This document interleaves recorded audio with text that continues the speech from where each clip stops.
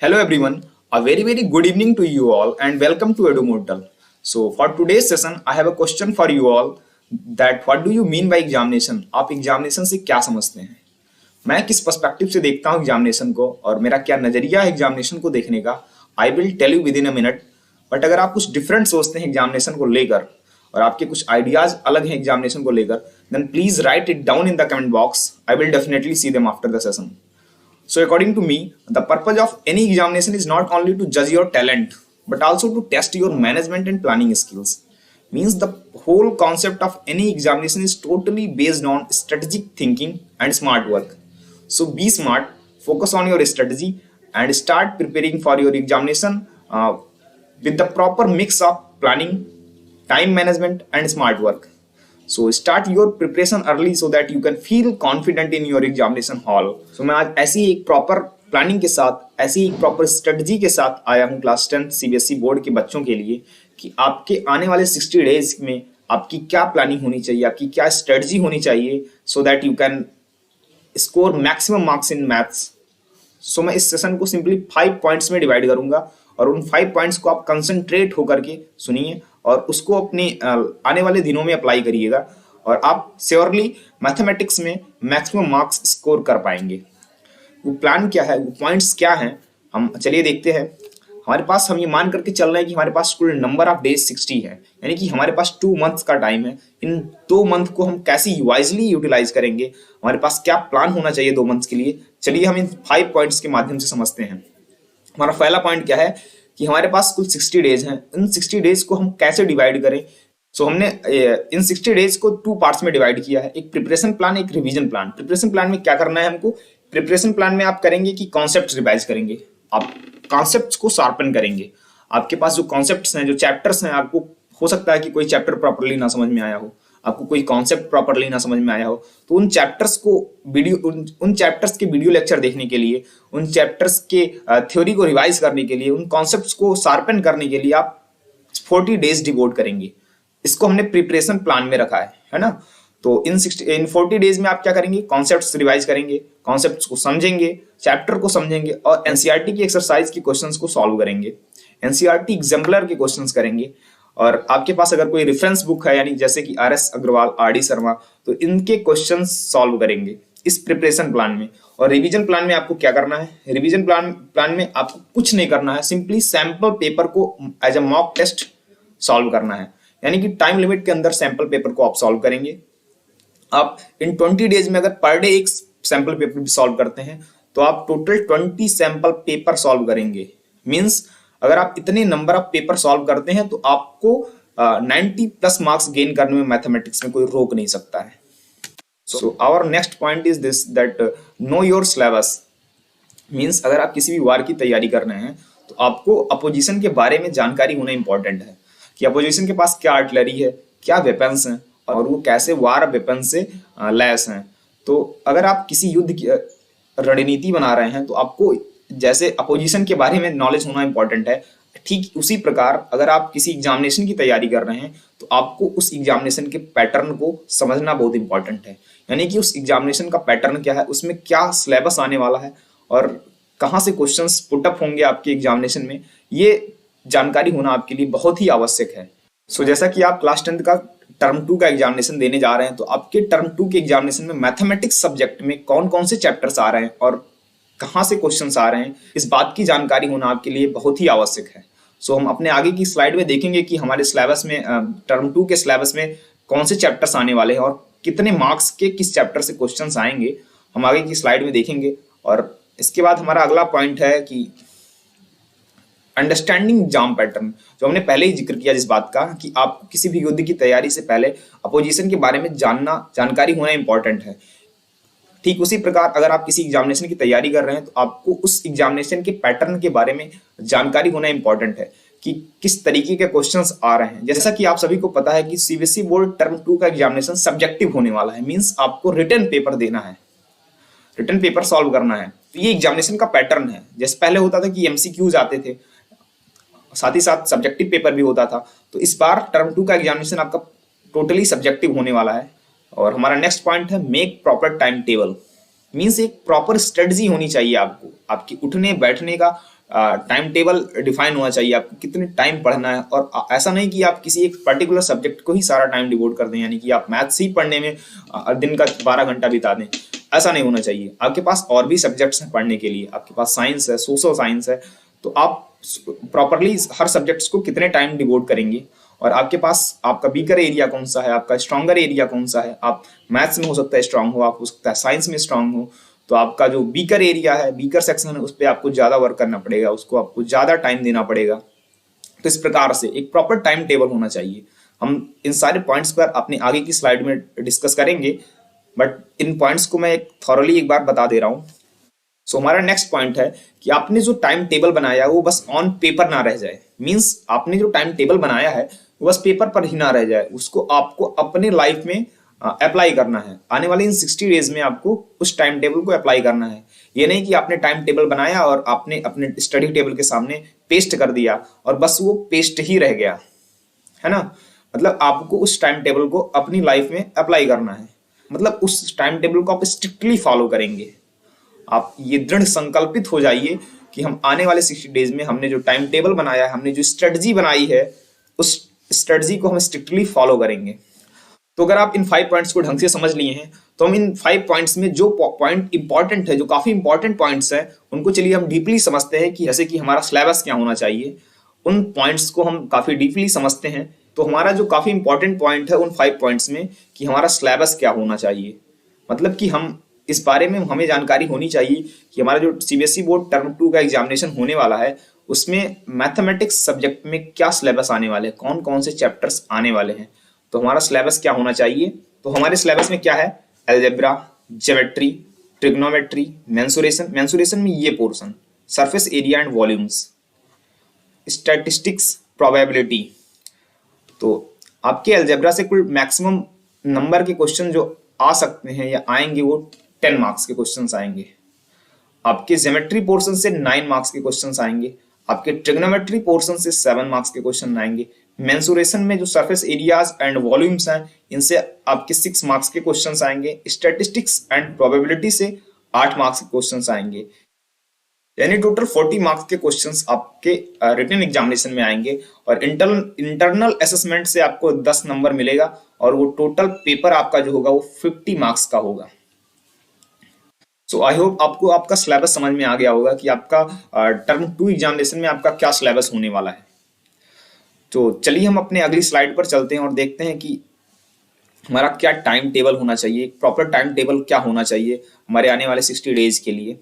तो first of all, time table होना important नहीं है, आपको उस टाइम टेबल को वाइजली और स्ट्रिक्टली यूटिलाइज करना इंपॉर्टेंट है। आप सिंसियरली उस टाइम टेबल को कैसे यूटिलाइज कर रहे हैं, आप उस टाइम टेबल को सिंसियरली कैसे अप्लाई कर रहे हैं, ये इंपॉर्टेंट है। टाइम टेबल होना इंपॉर्टेंट नहीं है कि आपने टाइम टेबल बनाया और उसे स्टडी टेबल के सामने पेस्ट कर दिया। सो हमारा टाइम टेबल क्या होना चाहिए कि जो प्रत्येक यूनिट है आपके सिलेबस की, जैसे कि अलजेब्रा है, ज्योमेट्री है, और फिर स्टैटिस्टिक्स है, प्रोबेबिलिटी है, तो उन चैप्टर्स को आप कैसे, कितने नंबर ऑफ पर चैप्टर पर यूनिट, कितने नंबर ऑफ डेज डिवोट करेंगे। यानी कि आप ज्योमेट्री को समझने में, उसके कॉन्सेप्ट्स को समझने में, उसके थ्योरम्स को समझने में आप कितना दिन लगाएंगे। मींस जो आपके टर्म 2 एग्जामिनेशन का सिलेबस है, उसकी जो प्रत्येक यूनिट है, मींस जो आपने अभी लास्ट स्लाइड में देखा कि जैसे कि अलजेब्रा का पोर्शन है, अलजेब्रा है ये एक यूनिट है, ज्योमेट्री जो है ये एक यूनिट है, एक ट्रिग्नोमेट्री जो है एक यूनिट है, मेंसुरेशन जो है एक यूनिट है। तो आप इस यूनिट को समझने के लिए, इस यूनिट को पढ़ने के लिए, इस यूनिट्स के कॉन्सेप्ट्स को समझने के लिए आप कितना दिन लगाएंगे। यानी कि अलजेब्रा, ऐसा नहीं होना चाहिए कि आपने अलजेब्रा उठाया और इसको आप 15 दिन तक पढ़ते रह गए, ऐसा नहीं होना चाहिए।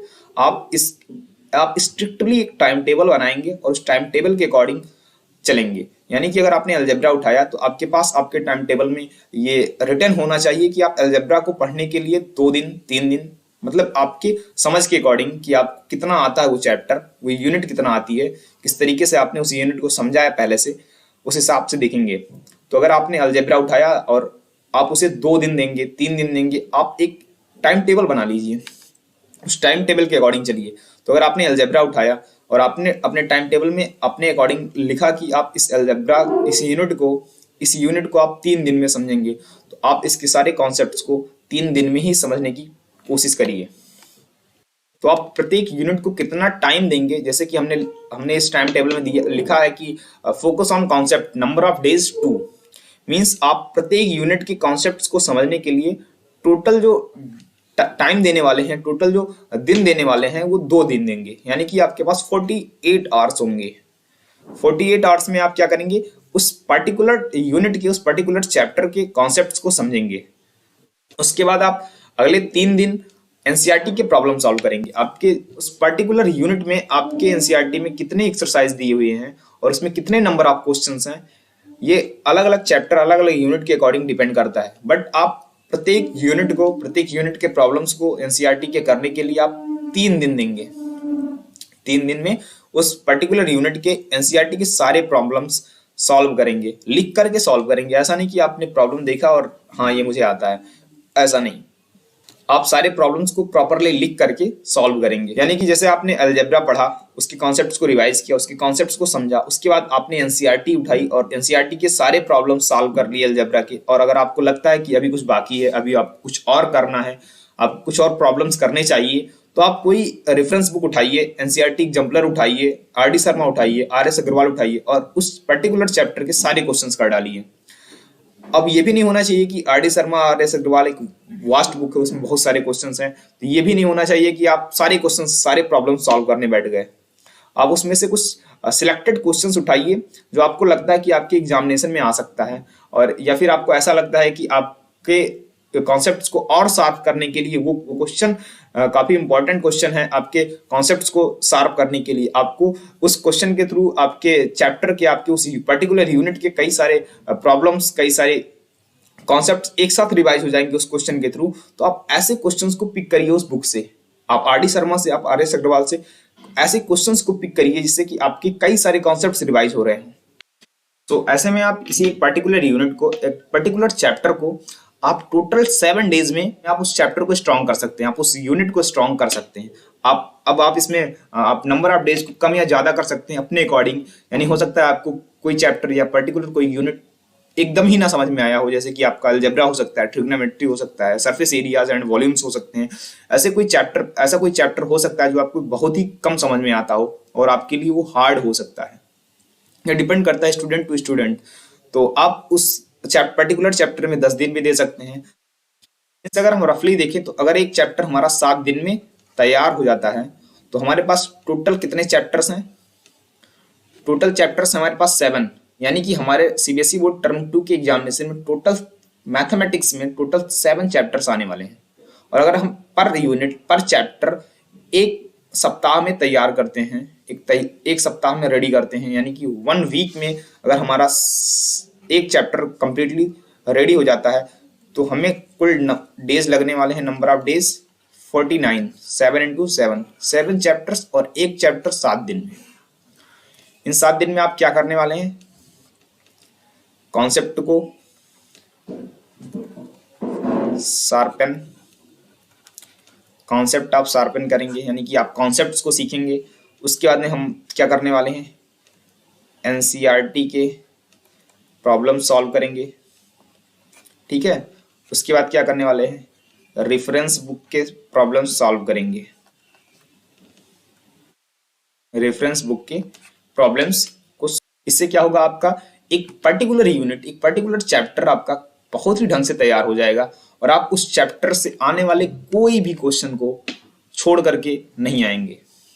सो टाइम टेबल के बाद चलिए देखते हैं कि हमारा अगला पॉइंट क्या है और हमारी अगली स्लाइड में क्या गिवन है। Revision plan. आपका रिवीजन प्लान क्या होना चाहिए? एक प्रॉपर टाइम टेबल के बाद में आपने जब सिलेबस देख लिया कि आपका क्या सिलेबस है, आपके टर्म 2 एग्जामिनेशन में क्या सिलेबस आने वाला है मैथमेटिक्स में, इस चीज को जानने के बाद और इस चीज को समझ लेने के बाद कि प्रत्येक यूनिट के कॉन्सेप्ट्स को समझने के बाद, प्रत्येक यूनिट के एनसीईआरटी के प्रॉब्लम सॉल्व करने के बाद, रेफरेंस बुक के प्रॉब्लम्स को सॉल्व करने के बाद, यानी कि एक यूनिट को, एक पर्टिकुलर चैप्टर को समझ लेने के बाद कंप्लीटली और पूरे सिलेबस को कंप्लीटली रिवाइज करने के बाद, स्ट्रॉन्ग करने के बाद में आपके पास रिवीजन का क्या स्ट्रेटजी होना चाहिए। अब क्या होगा कि आपने अगर 49 दिन पहले, यानी कि आपने पहले दिन फर्स्ट वीक में जो पढ़ा, जो चैप्टर रिवाइज किया है, हो सकता है आपको 40 दिन बाद भूल जाए, उसके कॉन्सेप्ट्स कुछ भूल जाएं, आपने जो प्रॉब्लम सॉल्व की है वो भूल सकते हैं। भूलना तो ह्यूमन नेचर है और ये हर किसी को भूलता है। ऐसा ना हो कि आप एग्जामिनेशन हॉल में वो कॉन्सेप्ट भूल जाएं, उसके लिए एक प्रॉपर रिवीजन प्लान होना चाहिए। एक प्रॉपर रिवीजन प्लान का होना इंपॉर्टेंट है। तो आपके पास रिवीजन प्लान क्या है आपके एग्जामिनेशन को लेकर के, चलिए हम देखते हैं रिवीजन प्लान क्या है। रिवीजन प्लान में हमने नंबर ऑफ डेज 20 रखा है, यानी कि हम पूरे सिलेबस को 20 दिन में रिवाइज करेंगे। अब 20 दिन में कैसे रिवाइज करेंगे, हमारा क्या तरीका होना चाहिए रिवीजन का, और हम कैसे रिवाइज करेंगे पूरे सिलेबस को। और ऐसा तो है नहीं कि हमको एक ही सब्जेक्ट पढ़ना है, मैथमेटिक्स, ऐसा तो है नहीं, हमें साइंस भी पढ़ना है, हमें सोशल साइंस भी पढ़ना है। तो हमें हर सब्जेक्ट के लिए, हर चैप्टर के लिए एक प्रॉपर रिवीजन प्लान होना चाहिए। तो रिवीजन प्लान में हमने रखा कि हमारे पास कितने डेज हैं, 20 डेज। इन 20 डेज में हम मैथमेटिक्स को इन 20 दिनों में हम रिवाइज करेंगे। तो हम रिवीजन कैसे करेंगे, रिवीजन करेंगे हम सैंपल पेपर को सॉल्व करके। सैंपल पेपर को कैसे सॉल्व करेंगे, ऐसा नहीं कि हम सैंपल पेपर को उठाए और उसे पूरे दिन सॉल्व करते रहे, उसकी एक एक प्रॉब्लम को धीरे धीरे आराम से करते रहे, ऐसा नहीं होना चाहिए। हम एक सैंपल पेपर को उठाएंगे, उसको टाइम लिमिट के अंदर रखेंगे, यानी हमको टाइम बाउंड प्रैक्टिस करनी है। टाइम बाउंड प्रैक्टिस का मतलब क्या होता है कि अगर आपने एक सैंपल पेपर को उठाया और उसको सॉल्व करने का जो ड्यूरेशन है 3 घंटे का है, तो आप उस 3 घंटे के अंदर ही उसमें जितने क्वेश्चंस दिए हैं, 18 क्वेश्चन हो सकते हैं, 20 क्वेश्चन हो सकते हैं, जितने भी नंबर ऑफ क्वेश्चन है, उन सारे क्वेश्चन को प्रॉपरली लिख करके, जैसे आप एग्जामिनेशन हॉल में लिखते हैं, उसको प्रॉपरली लिख करके उस 3 घंटे के अंदर पूरा कंप्लीटली सॉल्व करना है। तो जो हमारा पहला स्टेप है वो सैंपल पेपर को सॉल्व करना। सॉल्व कैसे करना है, टाइम बाउंड प्रैक्टिस करनी है आपको। इसके बाद में आपको क्या करना है, आपको खुद से ही उस सैंपल पेपर को चेक करना है, यानी कि उसके आंसर्स को मिलाना है। उसके आंसर्स को आप मैच करेंगे कि आपने कैसा लिखा है। आपके एग्जामिनेशन में अगर ये क्वेश्चन आया होता तो आपको कैसा लिखना चाहिए था, आप उस हिसाब से चेक करेंगे और ईमानदारी से चेक करेंगे। उसके बाद में इन 2 चीज़ों के होने के बाद आपको क्या करना है कि आपने जो एरर किया उस पर्टिकुलर सैंपल पेपर में, यानी जो आपने एरर किया है उस पेपर में, आपकी जो गलतियां हुई हैं उसको आप इम्प्रूव करने की कोशिश करेंगे। पेपर में जो आपके क्वेश्चंस जो रॉन्ग हुए हैं, हो सकता है आपको किसी कॉन्सेप्ट में दिक्कत हो, आपको हो सकता है कोई कॉन्सेप्ट ना समझ में आया हो ढंग से, हो सकता है आपने कैलकुलेशन एरर किया हो, तो आप उन सारी गलतियों को रेक्टिफाई करने की कोशिश करेंगे। अगर आप ऐसा करते हैं इन आने वाले 20 डेज में, जो हमने आपके लिए 20 डेज का प्लान रखा है रिवीजन का, अगर आपने इन दिनों में ऐसा किया कि आपने सैंपल पेपर सॉल्व किया, उसको ऑनेस्टली चेक किया, और उसके बाद में जो आपने गलतियां की, जो आपने रॉन्ग किया, उन गलतियों पर आपने काम किया, यानी कि उन गलतियों को आपने इम्प्रूव करने की कोशिश की, तो आप डेफिनेटली जब 20 दिन के बाद अपने आप को देखेंगे तो आप अपने अंदर काफ़ी ज़्यादा इंप्रूवमेंट देखेंगे। समझ रहे हैं ना, आपको बहुत ज़्यादा इंप्रूवमेंट होता दिखाई देगा अपने भीतर। तो ये इंप्रूवमेंट आपको एग्जामिनेशन हॉल में काफ़ी मदद देने वाला है। और दूसरी चीज़ क्या है, regular self evaluation. Self evaluation से होता क्या है, self evaluation give you an opportunity to expand and redefine terms like good performance and area of improvement. Self evaluation से क्या होता है, अगर आपने किसी पेपर को सॉल्व किया और उसके बाद सेल्फ इवेल्युएशन कर रहे हैं आप, तो आपको क्या होगा कि आप सेल्फ इवेल्युएशन से आपको क्या समझ में आएगा कि आपका किस एरिया में, आपके किस यूनिट में, आपके किस पर्टिकुलर चैप्टर में आपका परफॉर्मेंस अच्छा है और किस पर्टिकुलर चैप्टर में आपका परफॉर्मेंस बैड है, यानी बुरा परफॉर्मेंस किस चैप्टर में है, किस यूनिट में है, और किस चैप्टर में आपका अच्छा परफॉर्मेंस है। तो सेल्फ इवेल्युएशन से इन टर्म्स को आप रीडिफाइन कर सकते हैं। मीन्स अगर हो सकता है आपको कि अलजेब्रा ढंग का समझ में आ गया हो, आपने जब सैंपल पेपर सॉल्व किया तो हो सकता है कि आपकी अलजेब्रा के क्वेश्चंस सारे बन रहे हों, आप सारे क्वेश्चंस अलजेब्रा के सॉल्व कर ले जा रहे हो। हो सकता है कि ज्योमेट्री के क्वेश्चंस आपसे ना हो रहे हों। तो ऐसे में क्या होगा कि आप ज्योमेट्री पे ज़्यादा फोकस करेंगे। तो सेल्फ इवेल्युएशन काफ़ी ज़्यादा इंपॉर्टेंट है। अगर आप सैंपल पेपर को सॉल्व कर रहे हैं, बस सॉल्व करके छोड़ दे रहे हैं, ये इंपॉर्टेंट नहीं है। आपने 20 नहीं 40 पेपर सॉल्व कर लिया और सॉल्व करके बस रख दिया, इससे कुछ नहीं होने वाला है, इससे आपको कोई बेनिफिट नहीं मिलने वाला है। अगर आपने सॉल्व किया प्रॉपरली चेक किया, ऑनेस्टली चेक किया, और आपने अपने फॉल्ट्स पे, अपनी गलतियों पर काम किया, तो आपको बेनिफिट होने वाला है। So this is all about today's session. So hope for the best and be prepared. Thank you.